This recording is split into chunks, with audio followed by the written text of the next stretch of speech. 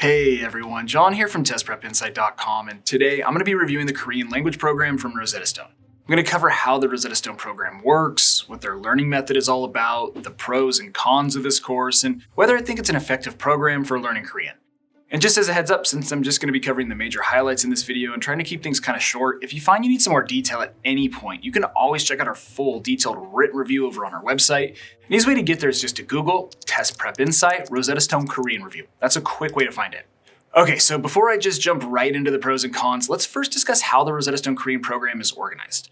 So when you first sign up for Rosetta Stone, you're going to be asked a few questions, such as what's your baseline level of fluency, why you want to learn Korean, how much time per day you want to study, and a few other things like that. And based on your answers, Rosetta Stone's going to create a weekly study plan for you.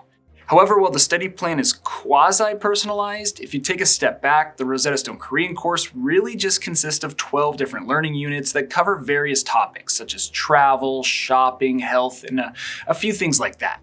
Then within each unit, there are generally 4 lessons. And breaking it down further, within each lesson, there are several different sections to complete, such as pronunciation, vocabulary, listening, and reading. So that's the program in a nutshell. You've got these overarching units that consist of 4 lessons, and each lesson is made up of various sections. And as for what the individual sections are like, they take anywhere from 5 to 30 minutes to complete, and they all utilize pretty much the same types of drills and exercises that revolve around images.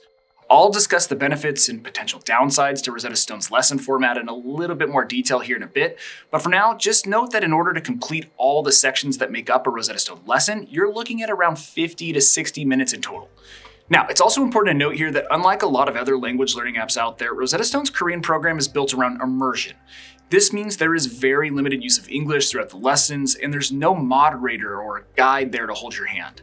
Instead, Rosetta Stone believes that more or less all communication should be conducted in Korean in order to help develop your comprehension naturally through context and reasoning. But anyway, that's the high-level course organization and learning method. So now let's keep things moving here and quickly talk about pricing. And just right off the bat, the thing to know about Rosetta Stone is that their subscription plans are pretty affordable within the world of language learning.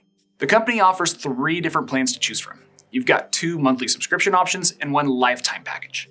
The monthly subscription options range from around $13 to $16 per month, and the lifetime option costs around $400.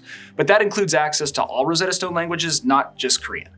But with that said, I should mention that the prices I just noted really don't mean much at the end of the day because Rosetta Stone regularly offers sales and special promotions, in fact, almost year-round. So be sure to check out the description below for coupon codes and discounts. I'll do my best to keep that text down below the video screen updated with the most current deals and coupons that I can find for you. In most cases, I would expect to receive at least 40% off, if not more. I sometimes see the monthly subscriptions go for around $8 to $12 after discounts, and the lifetime package is usually slashed down to $150, which makes Rosetta Stone cheaper than the likes of Pimsleur and Rocket Korean. Alright, so now that we've talked about pricing and how the Rosetta Korean program works, let's get into the pros and cons. And let's start with the positives. And my first highlight here is that Rosetta Stone is a great fit for visual learners. As I noted earlier, essentially every drill and exercise within the lessons contains some sort of image or graphic. In fact, it's probably the most image-heavy language program that I've reviewed to date. So bottom line, if you absorb information best through visual means and you're not an auditory or text-based type of learner, then Rosetta Stone could be well suited for your learning style. And then pro number 2, I touched on this earlier as well, but I'm a strong supporter of the immersive learning framework that Rosetta Stone Korean is built around. Sure, it can be a little difficult at first and even a little frustrating, but in the long run, I think full language immersion helps you learn the language a little faster as opposed to being spoon-fed information in English and kind of just expected to memorize it. I mean, think about how babies learn. They pick up their native language gradually and naturally, learning from an environment that is 100% immersive. And that's because our brains are built to recognize patterns, identify cues, and extract meaning from context, which is exactly what the Rosetta Stone curriculum is based on. So although it can be a little annoying, especially for beginners, I have to give Rosetta Stone credit. I think their learning method becomes more effective as time goes on. Alright, so moving on to pro number 3, and that's the extra resources that Rosetta Stone provides their learners in addition to their standard curriculum. However, of all of the different tools that Rosetta Stone offers, my favorite is probably the short stories. So how it works is that you follow along as a Korean narrator reads a story to you, and then after the narrator is done, you can practice by reading the story out loud yourself to practice your pronunciation. It's actually pretty cool. Overall, I just think the stories are an excellent way to improve both your receptive language skills reading and listening, as well as your expressive language skills, i.e. speaking. All right, so last up here, I want to give a quick shout out to Rosetta Stone's True Accent technology. This is the company's speech recognition software that they've spent years developing and improving. So as you complete verbal practice exercises throughout the lessons, Rosetta Stone's speech technology is able to provide you immediate feedback on your pronunciation. I've tested around 20 different language apps at this point and their respective speech tools, and I have to say that Rosetta Stone's True Accent speech technology is near the top of the list. It integrates seamlessly into lessons, it's easy to use, it's quick, and I found it to be fairly accurate, which isn't something I can necessarily say about all the other language programs out there that I've used. So overall, Rosetta Stone deserves 2 thumbs up when it comes to pronunciation development and feedback. Alright, so those are the major pros of using Rosetta Stone to learn Korean. Now let's flip the script and talk about the cons. But before I get to that, I do just want to mention that every single month here at Test Prep Insight, we actually give away a free language learning subscription to one lucky person. It's super simple to enter and everyone is eligible. I'll put all the details down below in the description on how to get entered, but just know it takes like 10 seconds and hey, you never know, you could win a totally free subscription to Rosetta Stone Korean. Alright, so con number 1, and there's just no getting around this one. The Rosetta Stone lessons do get somewhat repetitive and dull. As I've said multiple times now, it's essentially the same picture-based drills over and over. The Rosetta Stone lessons don't offer the same type of variety or diversity that you get with programs like Pimsleur or Babbel, for example. So really, if you're the type of person who has trouble staying focused or you get bored easily, then Rosetta Stone might not be the best fit for you. And then next up, this may or may not be a negative, but Rosetta Stone doesn't offer explicit grammar explanations or instruction. Instead, staying true to their learning method, Rosetta Stone believes in teaching you grammar intuitively.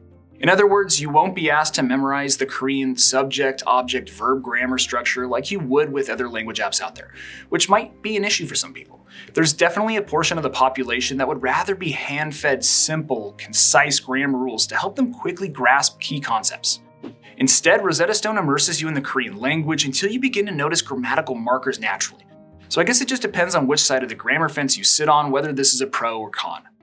And then lastly, con number 3 is that while I like Rosetta Stone's True Accent speech software, I just wish the verbal practice exercises themselves were a little bit more thorough and contextual.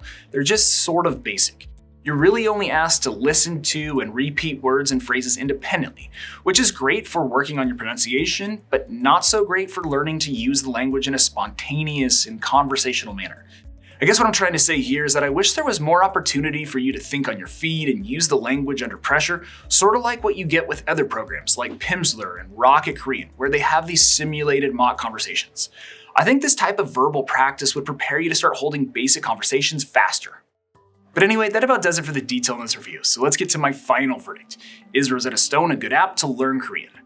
Well, after using the program, I think the answer is largely yes. Not only are the Rosetta Stone subscription options pretty affordable, which is nice, but I also like the company's immersive, image-based approach to learning. It's a perfect fit for visual learners. Plus, the short stories and extras you have access to are great as well. Really, the only instances in which I'd steer you away from Rosetta Stone is if you're an auditory or text-based learner, or you're seeking more advanced conversational-based verbal practice. In those cases, I'd recommend either Rocket Korean or Pimsleur. But with that said, I think Rosetta Stone is an excellent choice for learning Korean. But anyway, that's all I've got for you. I hope this video has been helpful and you learned a little something about Rosetta Stone Korean. If so, please return the favor by subscribing to our channel, liking this video, and drop me a quick comment below. That would be really appreciated. And again, if you want to see that full, detailed written review that I mentioned earlier in this video, just hop on over to our website. Again, that's testprepinsight.com, or you can check out the other videos we have on our YouTube channel. We've got a bunch of great content out there. But as always, thanks for watching, best of luck, and I'll see you in the next one.